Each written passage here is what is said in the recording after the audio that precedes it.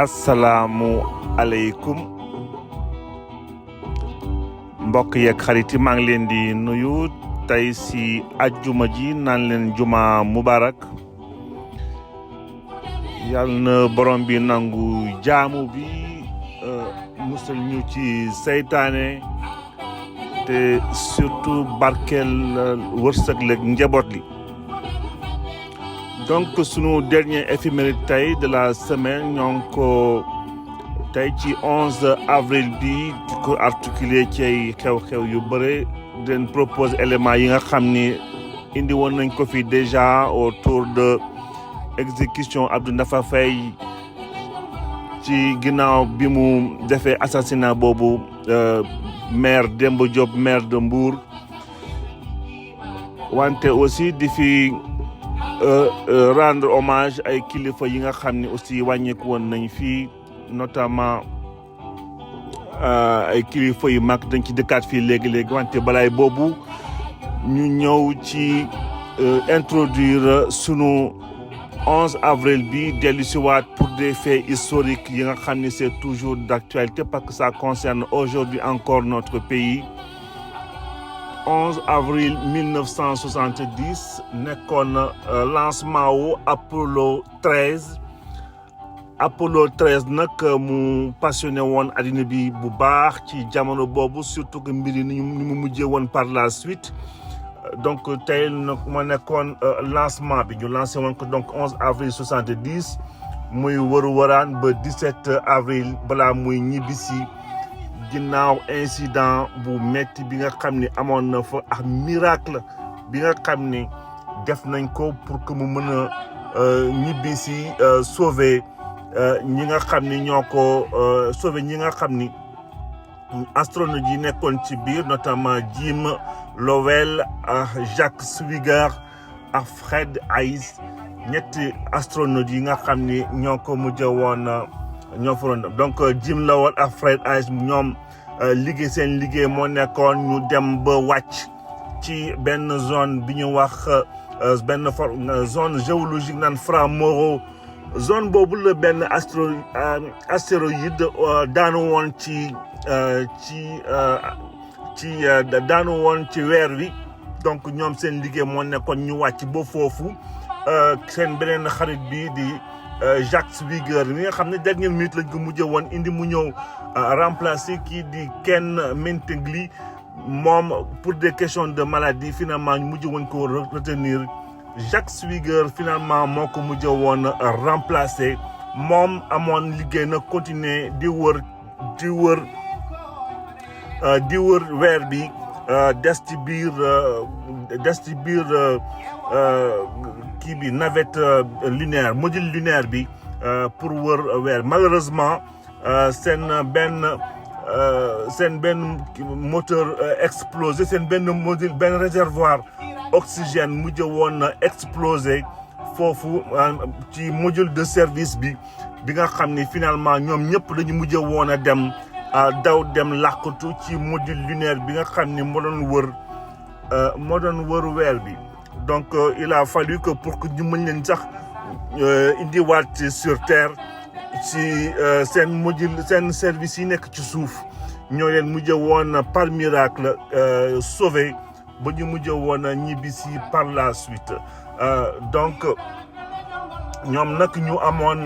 seen mission bi amoon pour objectif déjà dans un premier temps ñu xool lépp li nga xam ne mooy surface ak géologie site boobu ñu wax site Fra-Mauro ak collecté ci ay données yu bëre jël ci suuf si ay échantillon roche yu xool lan la composé wu ci ay roches individuelles ci ay fragments ak ay poussières yi nga xam ni waroon nañ ko jël si wante amoon na aussi beneen liggéey mooy déployer benn matériel benn instrument bi ñuy wax ALSTEP bi nga xam ne moo leen di permettre aussi ñu mën a def ci liggéey yu bëri au niveau ay sismologie ak ay domaines yu bëri ci weer bi malheureusement loolu mujjewul woon am donc pour des problèmes techniques liggéey boobu mujjewul woon réaliser wu ba bi ñu ñibbisee le 17 avril ñu ñibbisi le 17 avril donc 1970 sain et sauf comme par miracle donc ñu dellu si rek parce que nekk na encore une question d'actualité sunu réew gis ngeen fan yële président de la République ci 6 avril bi lancé woon fii Space Bus 2025 bi nga xam ni mooy permettre nit ñi aussi xaw a jege am ay sensibiliser wu ci question tout ce qui est aéronautique ci sunu réew permettre public bi notamment xale yi ndaw yi ñu xam am ay opportunités yi nga xam ne am nañ ko ci lépp luy science spatiale ak robotique ak intelligence artificielle ak numérique permettre leen aussi ñu mën a promouvoir ci ñoom créer ay vocation ñi nga xam ne ay vocation scientifique pour permettre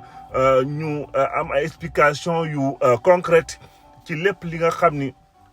mooy robotique donc ak intelligence artificielle wax nañ ko fii léegi donc étapes yi bëri wu na amoon nañ 25 étapes ba ci Kédougou Ziguinchor Saint-Louis Kaolack ak Thiès bu ci ne mu am ay thèmes yi nga xam ni doon nañ ko fa défendre foofu donc di leen proposer tey sunu éphéméride du 11 avril yi ci nga xam ni amoon na ay kilifa yu bëri rendre nañ leen fi hommage wante notamment sunu point phare bi nekkoon dénouement dernier jour kii di Abdou Ndafa Faye ginnaaw ñaawteef boo mu defoon ci maire de Mbour kii di Demba Diop dañ ñaanal excellent week-end à tout le monde ndajewaat fii altine ak mbégte bu rëy comme di toujours yeggale waxtaan bi ku ci ne maanaam ñaanal un excellent week-end ba altine incha allah.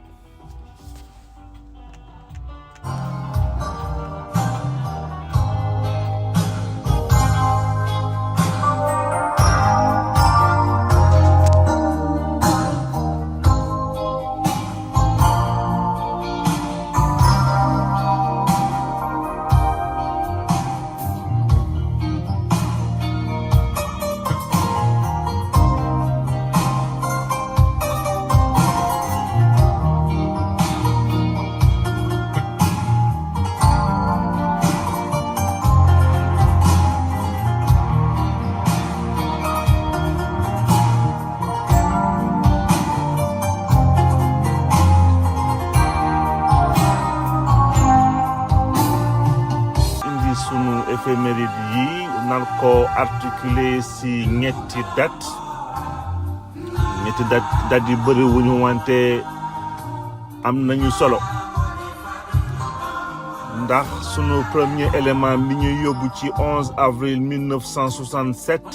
bi nga xam ni tey ki ñu naan Abdou Ndafa Faye nga xam ni moo faatoon bakkan Demba Diop ñu mujj woon ko exécuté tey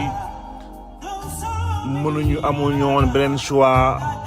ci élément bu gën a neex élément bi wante comme niñ koy faral di wax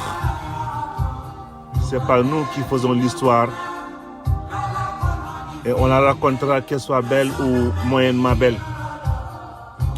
Deuxième élément bi daf ñu yóbbu ci 11 avril 2013 tey Sénégal doon rendre hommage écrivain bi dramaturge bi di Mbaye Gane Kébé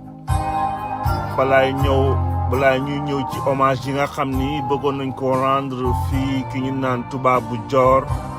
ginnaaw bi mu fi wàññeekoo le 11 avril 2016. donc ñu ñëw ci contexte yu bouillonnement politique u Sénégal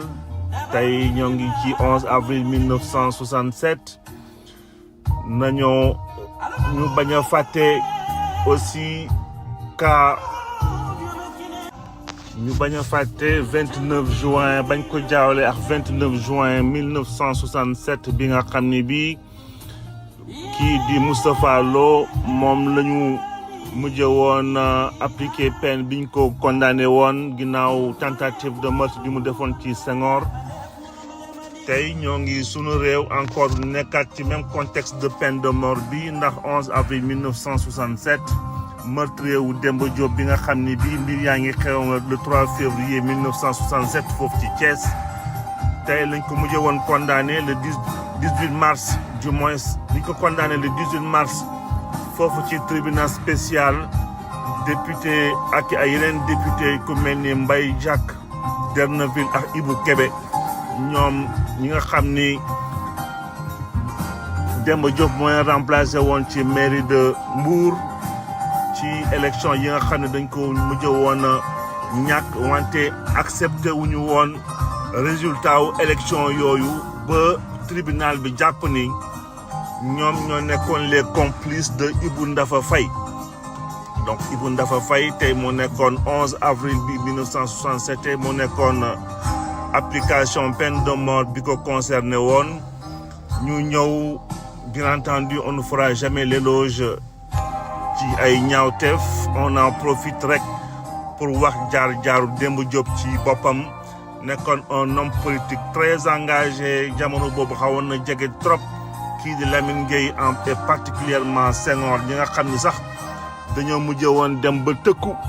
kii di Ibou Ndafa Faye bëgg ko jàppee comme un exemple donc kii di jeune ministre bi di Demba Diop occupé plusieurs fonctions électives ak nominatives nekkoon principal homme politique foofu ci Mbour Demba Diop ñu ngi judd woon donc Mbour en 1927 durant 40 ans de vie d'homme politique nekkoon militant bu mag bu UPS occupé ay postes yu bëri ci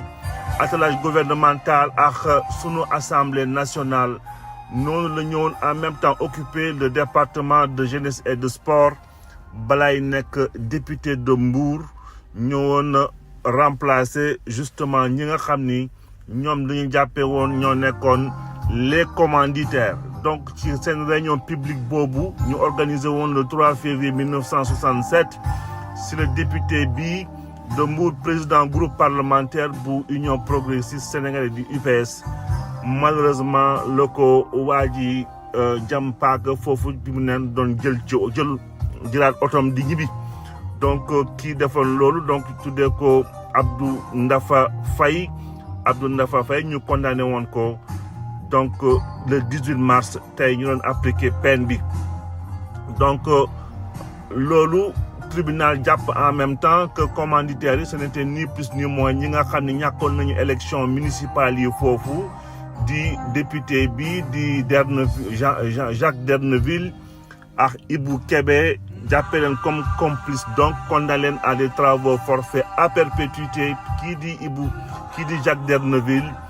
Ibou Kébé moom ñu mujjee woon ko condamné travaux forcés 20 ans de travaux forcés donc pour complicité de meurtre donc stade de Mbour ñu mujjee stade du moins de Dakar bi ñu organisé ay événements yu bëre tuddee ko d'ailleurs finalement Demba Diop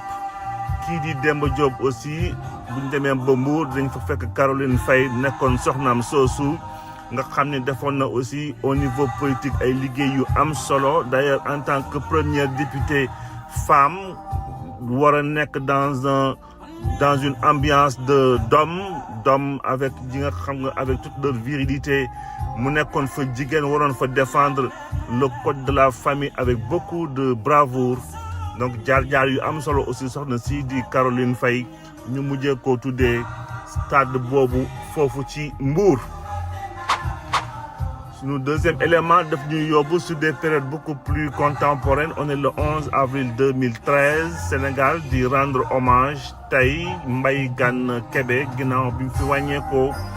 à l'âge de 77 ans donc Mbaye Gane Kébé comme ni ñu ko wax ni